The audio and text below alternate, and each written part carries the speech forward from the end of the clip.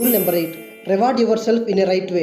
ఈ రూల్ లేజీగా ఉండే పీపుల్కి ఎక్కువగా పనిచేస్తుంది. మనం ఒక టాస్క్ చేయాలి అంటే దాన్ని వాయిదా వేయటం లేదా లేజీగా ఉండటం వల్ల దాన్ని చేయలేకపోవడం చేస్తాం కదా. మనం చేయాల్సిన పనిని వాయిదా వేయటం వల్ల పనులన్నీ ఒకదాని తర్వాత ఇంకొకటి ముందుకు వెళ్లకుండా ఆగిపోతాయి.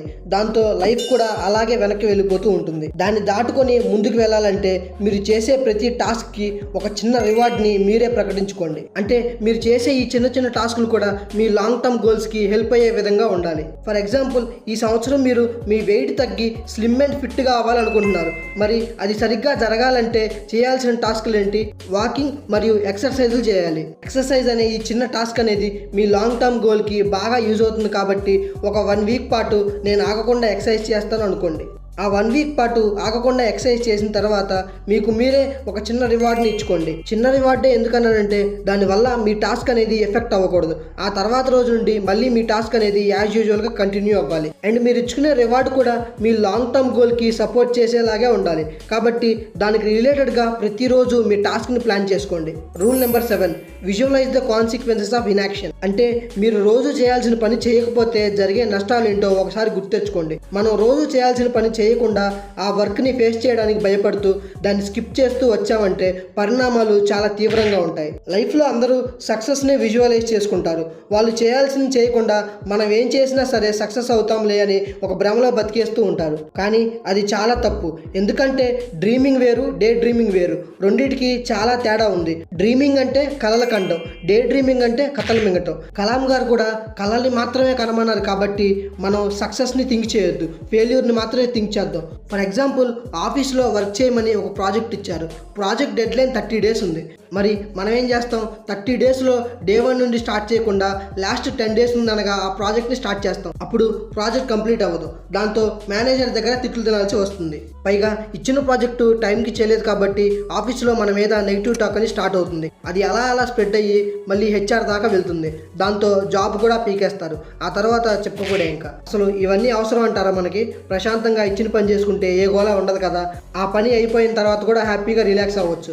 Rule number 6, manage your energy. ఒక అతను అడవిలో నడుచుకుంటూ వెళ్తున్నాడు. అప్పుడు అతన్ని ఒక పాము వచ్చి కాటేసింది. అలా ఆ పాము కాటు వేసిన వెంటనే దాని విషాన్ని బయటికి పీల్చడం లేక అది తలకెక్కకుండా కట్టుకోవడమే చేయలేదు. దానికి బదులుగా ఆ పాము వెంట పరిగెత్తడం స్టార్ట్ చేశాడు. ఆ పాముని తరుముకుంటూ వెళ్ళి, అసలు నేను నీకు ఎటువంటి హాని చేయలేదు కదా, మరి నన్ను ఎందుకు కరిచావు అని అడగాలనుకున్నాడు. వాడంటే పిచ్చోడు కాబట్టి ఆ స్నేక్ వెనక పరిగెత్తుతూ వాడి ఎనర్జీని వేస్ట్ చేసుకుంటున్నాడు.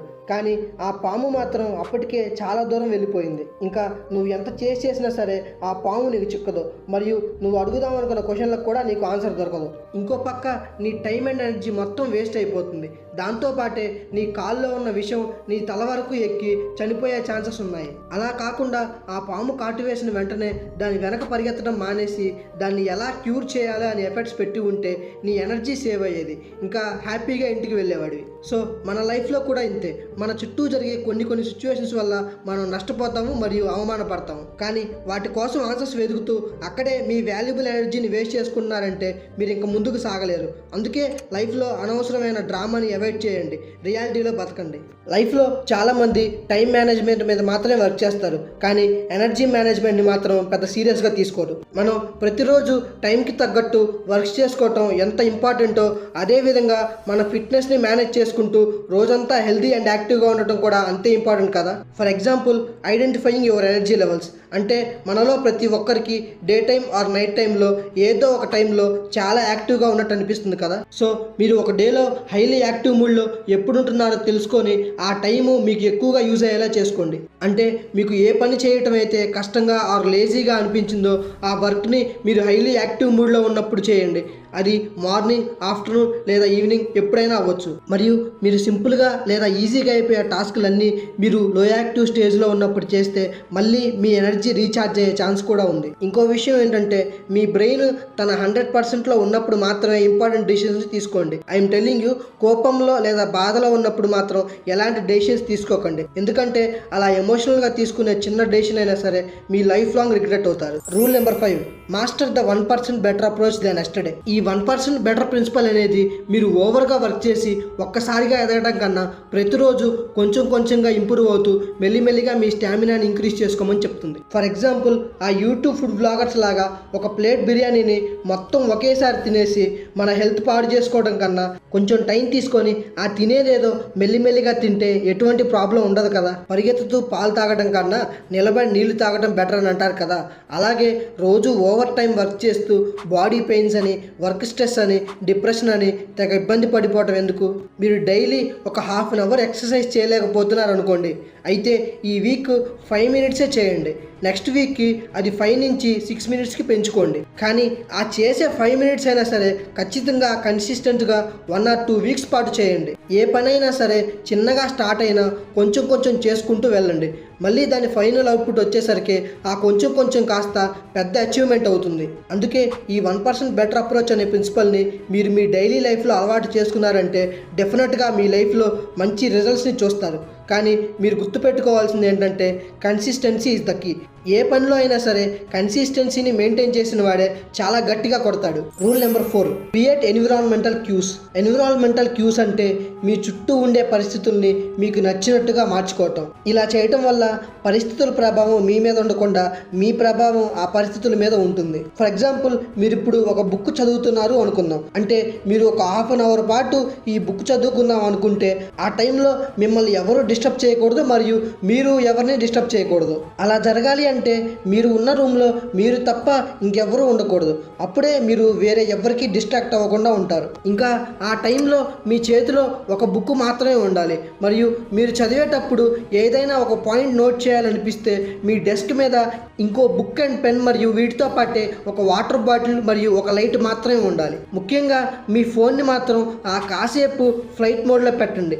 ఎందుకంటే మిమ్మల్ని మీ పని చేసుకోనివ్వకుండా అడ్డుపడేది మీ మొబైల్ మాత్రమే. ఇదొక్కటే కాదు, మీరు ఇంకా ఏ టాస్క్ చేయాలని అనుకున్నా కానీ మీ చుట్టూ ఉండే పరిస్థితులు మరియు పరిసరాలు కూడా దానికి రిలేటెడ్గానే ఉండాలి. ముందుగా మీ లైఫ్లో మిమ్మల్ని ఎక్కువగా డిస్ట్రాక్ట్ చేసేవి ఏంటో గుర్తు తెచ్చుకోండి అండ్ వాటిని ఎక్కువగా యూజ్ చేయడం ఆపేయండి. ఫర్ ఎగ్జాంపుల్, మాస్టర్ మూవీలో ఇంటర్వెల్ వరకు విజయ్ ఒక ఆల్కహాలిక్గా ఉండేవాడు. కానీ తర్వాత ఆ హ్యాబిట్ తన లైఫ్ని ఎంత డ్యామేజ్ చేస్తుందో తెలుసుకొని దాన్ని ఆపేస్తాడు. ఆ తర్వాత తన లైఫే చేంజ్ అయిపోతుంది. సేమ్ అలాగే ప్రతి ఒక్కరూ లైఫ్లో ఏదో ఒక దానికి ఎడిక్ట్ అయి ఉంటారు. అది లేజీనెస్ కావచ్చు, లేదా మొబైల్ కావచ్చు, లేదా అడల్ట్ ఫిలిమ్స్ కావచ్చు. ఇలాంటివన్నీ మిమ్మల్ని లైఫ్ మీద కాన్సన్ట్రేట్ చేయనివ్వకుండా డిస్ట్రాక్ట్ చేస్తూ ఉంటాయి. వాటన్నిటిని మీరు దాటుకొని వెళ్తేనే మీ లైఫ్లో నెక్స్ట్ ఫేజ్కి వెళ్తారు. Rule number 3, use the 3 minute rule. ఈ రూల్ ప్రతి ఒక్కరికి యూజ్ అవుతుంది. ఈ రూల్ని పాటించే వాళ్ళలో పెద్ద పెద్ద బిలియనర్స్ కూడా ఉంటారు. ఇది ఒక పవర్ఫుల్ సైకలాజికల్ ట్రిక్ లాంటిది. మీకు ఎప్పుడైనా ఒక పని చేయడానికి మోటివేషన్ రానప్పుడు లేదా లేజీగా అనిపించినప్పుడు ఈ రూల్ని ఫాలో అవ్వండి. మీరు ఏ టాస్క్ని అయితే చేయడానికి ఇబ్బంది పడుతున్నారో ఆ టాస్క్ని జస్ట్ ఒక 3 minutes చేయడానికి ట్రై చేయండి. మీ పని పట్ల ఈ చిన్న కమిట్మెంట్ అనేది మీకు అడ్డుగా ఉన్న బ్యారియర్స్ని తొలగించి ఒక మంచి మొమెంటంని బిల్డ్ చేస్తుంది. రీసెంట్గా జరిగిన ఒక సైకలాజికల్ రీసెర్చ్లో తెలిసింది ఏంటంటే, మీరు ఏదైనా ఒక టాస్క్ని చేయడానికి ఫుల్ కాన్సన్ట్రేషన్తో స్టార్ట్ చేస్తే ఆ టాస్క్ని ఫినిష్ చేసే వరకు ఇంకేం చేయొద్దు అని మీ బ్రెయిన్ మిమ్మల్ని కంపెల్ చేస్తుందంట. సైకాలజీ ప్రకారం ఎవరైనా ఒక వ్యక్తి ఒక పని చేయగలిగాడు అంటే ఈ భూమి మీద ఉన్న ఎవరైనా సరే ఆ పని చేయొచ్చు. కాబట్టి మీ బ్రెయిన్కి ఉన్న ఎబిలిటీస్ని కూడా మీ గోల్ని అచీవ్ చేయడానికి యూజ్ అయ్యేలా వాడుకోండి. ఒక్కోసారి పర్ఫెక్షన్ కొంచెం లేట్ అయినా పర్వాలేదు, కానీ కన్సిస్టెన్సీని మాత్రం కాన్స్టెంట్గా మెయింటైన్ చేయండి. అది మెయింటైన్ చేస్తూ వెళ్తే పర్ఫెక్షన్ కూడా దానంతటా అదే వస్తుంది. రాజమౌళి లాంటి గొప్ప పర్ఫెక్షనిస్ట్ కూడా ఇండస్ట్రీకి వచ్చిన వెంటనే బాహుబలి లాంటి సినిమా తీయలేదు కదా. ఇండస్ట్రీకి వచ్చిన 10-12 ఏళ్ల తర్వాత తీశాడు. కానీ ఆ పర్ఫెక్షన్ వచ్చే వరకు ఆయన కన్సిస్టెంట్గా వర్క్ చేస్తూనే ఉన్నాడు. మీరు కూడా అలాగే చేయండి.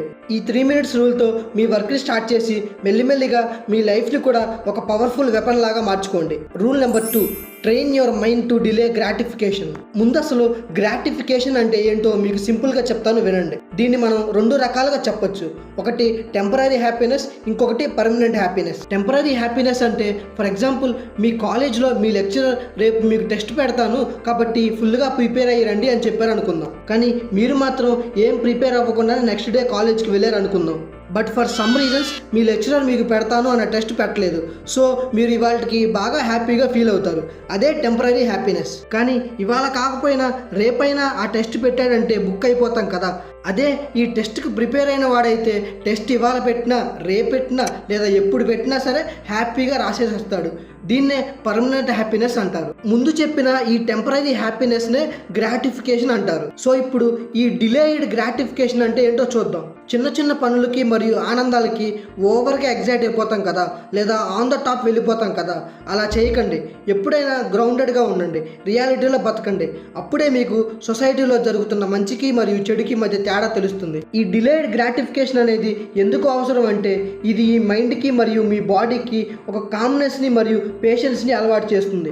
మీరు ఏదైతే గోల్ని సాధించాలి అని అనుకుంటున్నారో దాని నుండి డిస్ట్రాక్ట్ అవ్వకుండా దాని మీద కాన్సన్ట్రేషన్ అండ్ ఫోకస్ చేస్తూ మీరు మీ అచీవ్మెంట్స్కి ప్రయారిటీ ఇచ్చేలాగా మీ మైండ్ని ట్రైన్ చేస్తుంది. స్టాన్ఫోర్డ్ మార్ష్మాలో అనే ఒక ఫేమస్ ఎక్స్పెరిమెంట్ ఉంది. Each child on their own sit at the table at a desk with a plate and one marshmallow. They could either choose to eat the one marshmallow right then and there, or they could wait until I came back into the room and have 2 marshmallows. దానివల్ల తెలిసింది ఏంటంటే ఎవరైతే ఈ delayed గ్రాటిఫికేషన్లో నైపుణ్యం చెందుతారో వాడు academics, relationships లేదా career పట్ల మోస్ట్ సక్సెస్ఫుల్ పర్సన్ అవుతాడంట. సో మీరు కూడా దీన్నే పాటించండి. ఖచ్చితంగా మీ లైఫ్లో మంచి సక్సెస్ఫుల్ పర్సన్ అవుతారు. Rule number 1, understanding your why. Self డిసిప్లిన్లో ఈ వై అనే కాన్సెప్ట్ని మీరు బాగా అర్థం చేసుకోవాలి. Why Kattappa killed Baahubali.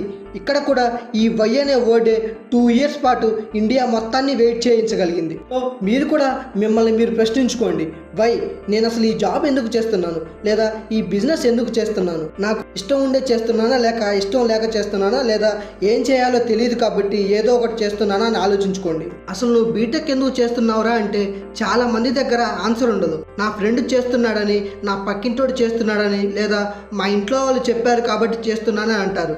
मेरा बेटा इंजीनियर बनेगा. Farhan Qureshi BTech engineer. అసలు వాడెందుకు బీటెక్ చేస్తున్నాడు అనే క్లారిటీ మాత్రం వాడికి ఉండదు. జులై మూవీలో త్రివిక్రమ్ గారు కూడా చెప్తారు కదా, మూర్తి లైఫ్లో ఎప్పుడు ఏం చేయను అని అవతల వాడిని అడక్కు. నీకంటూ ఓ క్లారిటీ ఉండాలి. మీ లైఫ్లో ఈ వై అనే కాన్సెప్ట్ మీకు అర్థమైందంటే మీ లైఫ్ మీద మీకు ఒక క్లారిటీ అండ్ ఫోకస్ రెండు ఇంక్రీజ్ అవుతాయి. సచిన్ టెండూల్కర్కి నేను క్రికెట్ మాత్రమే ఆడాలి అనే ఒక క్లారిటీ ఉంది కాబట్టే గాడ్ ఆఫ్ క్రికెట్ అయ్యాడు. ఆ క్లారిటీయే లేకపోతే ఆయన కూడా నీలాగే బీటెక్ పాస్ అయ్యి ఐటీ కంపెనీలో కూర్చొని రోబోట్ లాగా రోజుకు 10 గంటలు పనిచేస్తూ ఉండేవాడు. ఫర్ ఎగ్జాంపుల్, నీకు నిజంగా ఒక డైరెక్టర్ అవ్వాలి అనే ఒక ప్యాషన్ ఉంటేనే ఆ ఫీల్డ్కి వెళ్ళాలి, లేదంటే వేరే ఫీల్డ్కి వెళ్ళు. నీ ఇష్టంతో నువ్వు డైరెక్టర్ అవ్వాలి అని అనుకుంటేనే నువ్వు రాజమౌళి అవుతావు, లేదంటే మెహర్ రమేష్ లాగా మిగిలిపోతావు. రీసెంట్గా ఒక ఫ్రెండ్ కలిశాను.